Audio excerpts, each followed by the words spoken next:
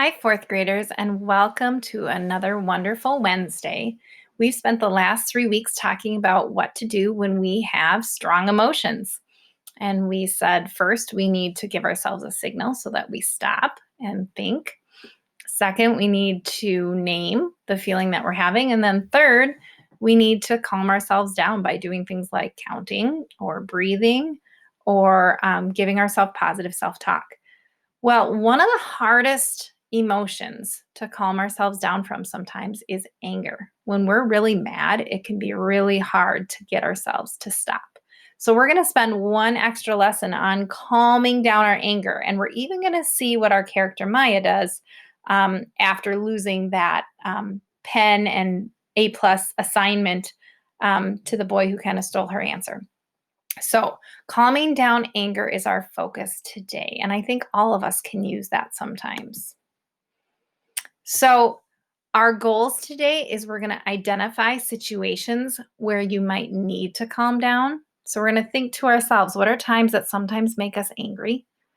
Sometimes we can recognize the triggers, the things that happen at our house or at school that might make us mad, or even out in the community, at the playground or other places.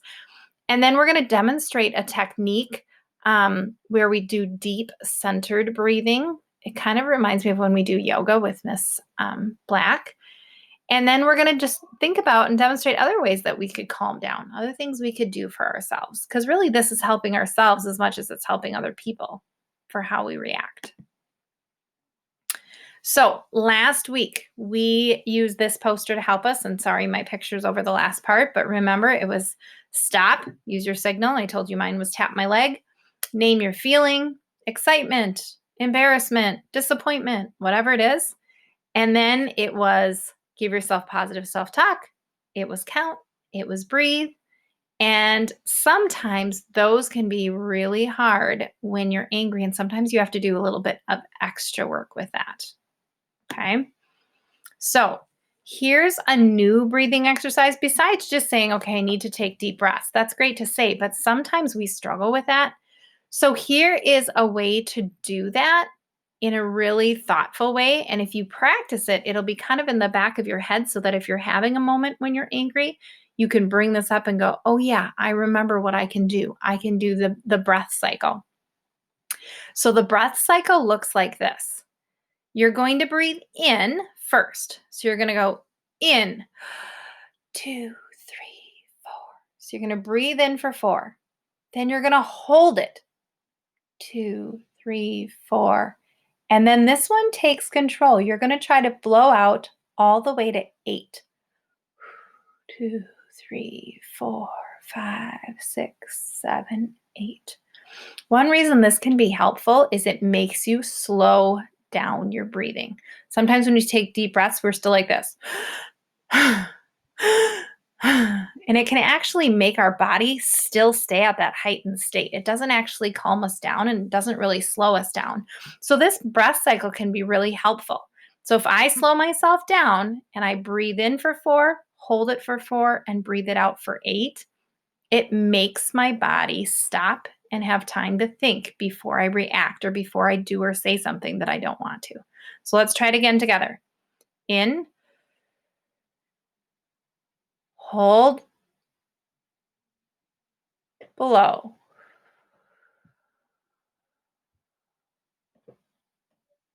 And remember, the blow should be twice as long as the in and the hold. Okay? If you have this kind of in your pocket of what could I do when I get angry, it can be really, really helpful. When you start to feel yourself getting frustrated, you start to feel yourself getting overwhelmed with that mad feeling, think breath cycle. I should do the breath cycle because it'll really give you time to think about what you really want to do. Okay? Some other things we sometimes think about is finding a different activity, finding something else that'll take you away. So sometimes if it's outside doing a physical activity, you literally can just walk away and pick something else to do. But sometimes you need to think of another activity you could do. So art, coloring can be a great one. Sometimes making a puzzle or folding origami can be great. Sometimes talking to somebody else can be a great response. If the thing that's happening is on the computer that's making you angry, leave the computer and talk to somebody who's real, right? Who's right there with you. That can be helpful. I like these two sayings. I just have to do my best. I don't need to be perfect. Sometimes when we get angry, the anger comes because we can't do something as well as we wish we could do it, right? We're not perfect at everything. We're not great at everything. And so that can be really a great thing to keep in your head, that you can say to yourself, I just have to do my best. That's all I can do. That's all people can ask of me. Or even this one. I'm calm, cool, and collected. Makes me feel like I should make some hand motion, right? I'm calm, cool, and collected, right? That's another one that's kind of a positive thing. So think of something else maybe that'll make you less mad. Like sometimes I tell myself, you know what? This is not worth the energy it's going to take for getting mad. It's not worth the energy, right? Or sometimes I think, you know what? That person's trying to make me get mad, right? Because sometimes people do that. They kind of pester you and try to make you mad. And I think to myself, nope, I'm not going to do what they wanted me to do. I'm not going to get angry. I'm not going to let it bother me. Those can be a couple other things maybe that you say to yourself, right? Let's check out what Maya does, right? Remember, she lost the pen because he overheard her answer. Let's see what she does.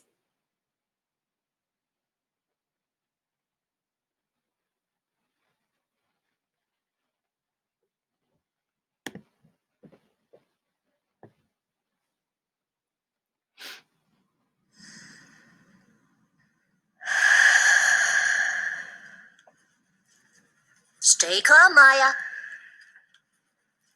You can do it. You okay?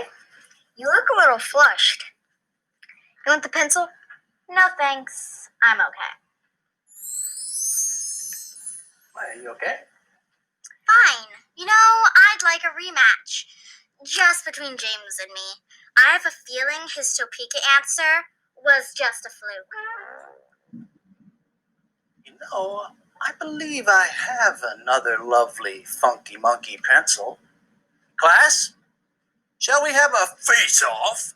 Maya versus James.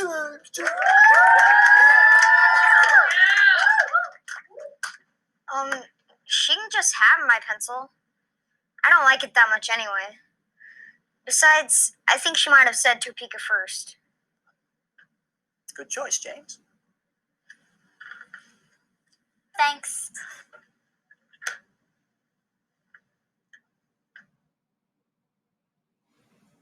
Now I'm reading her body language, and it seems like she feels pretty good about herself now, right?